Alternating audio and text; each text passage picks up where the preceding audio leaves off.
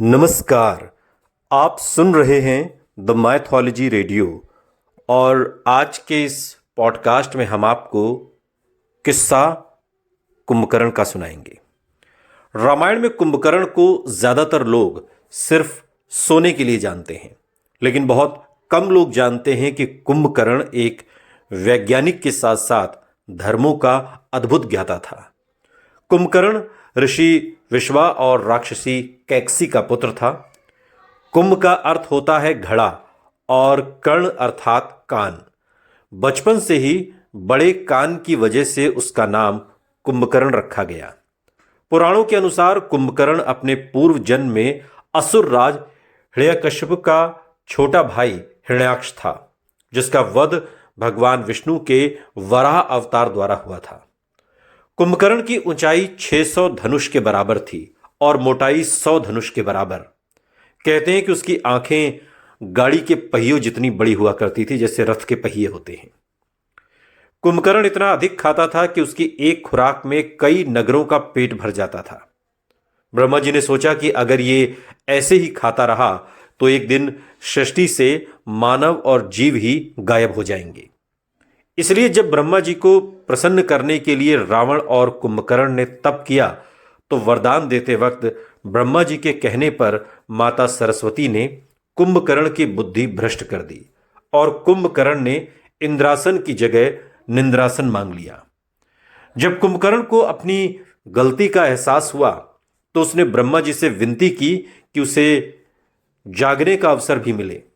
तो ब्रह्मा जी ने एक दिन जागने का अवसर दिया, लेकिन यह भी कहा कि अगर इसे समय से पहले जगाया गया तो इसकी मृत्यु तय है। इसलिए कुंभकर्ण 6 महीने सोता था और एक दिन जागता था और फिर सो जाता था। कुंभकर्ण के बारे में कहा जाता है कि उसे तमाम वेदों और धर्म अधर्म की जानकारी थी। वो भूत और भविष्य का ज्ञाता था। वो पाप से भी दूर था क्योंकि वो अधिकतर समय सोता था और उसे कभी भी ज्यादा कर्म करने का अवसर ही नहीं मिलता था। राक्षस प्रवृत्ति का होने के बावजूद कुंभकर्ण बहुत ही सरल स्वभाव का था। वो एक दिन तो जागता तो सारे प्रयोग के काम करता।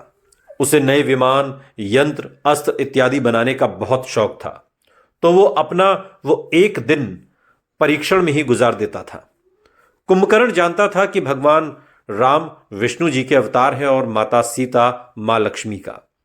इसलिए उसने पहले रावण को बहुत समझाया, लेकिन उसके न मानने पर वो अपने भाई धर्म को पूरा करने के लिए युद्ध भूमि में चला गया। कुंभकर्ण यह भी जानता था कि भगवान राम के हाथों मरने पर उसे मुक्ति मिलेगी। कुंभकर्ण की 3 पत्नियां थीं, वज्रज्वाला, कर्कटी, तड़ितमाला। पहली पत्नी के पुत्रों का नाम कुंभ और निकुंभ था, जिसमें से निकुंभ बहुत शक्तिशाली था और उसे कुबेर से निगरानी का खास दायित्व सौंपा गया था। कुबेर ने एक खास निगरानी का दायित्व सौंपा था। दूसरी पत्नी के बेटे का नाम था भीमासुर, जिसने अपने पिता की मृत्यु का बदला लेने के लिए देवताओं से भी युद्ध किया था। बाद में भगवान शिव से उसका मुकाबला हुआ और शिव ने उसे भस्म कर दिया। तीसरी पत्नी से हुए पुत्र का नाम मूलकासुर था, जिसके बारे में ज्यादा जानकारी नहीं मिलती है। आपको बता दें कि कुंभकर्ण की जो पूरी जर्नी रही, पूरी यात्रा रही, अगर आप पौराणिक कथाओं के अनुसार रामायण के हिसाब से अगर आप समझेंगे तब आपको पता चलेगा कि कुंभकर्ण 6 महीने सोता था और एक दिन जागता था और उस एक दिन में वो परीक्षण करता था अस्त्र शस्त्र यंत्र बनाने के, विमान बनाने के। ये तमाम बातें पौराणिक कथाओं से ली गई हैं। सुनते रहिए द माइथोलॉजी रेडियो। सुनता है सारा इंडिया।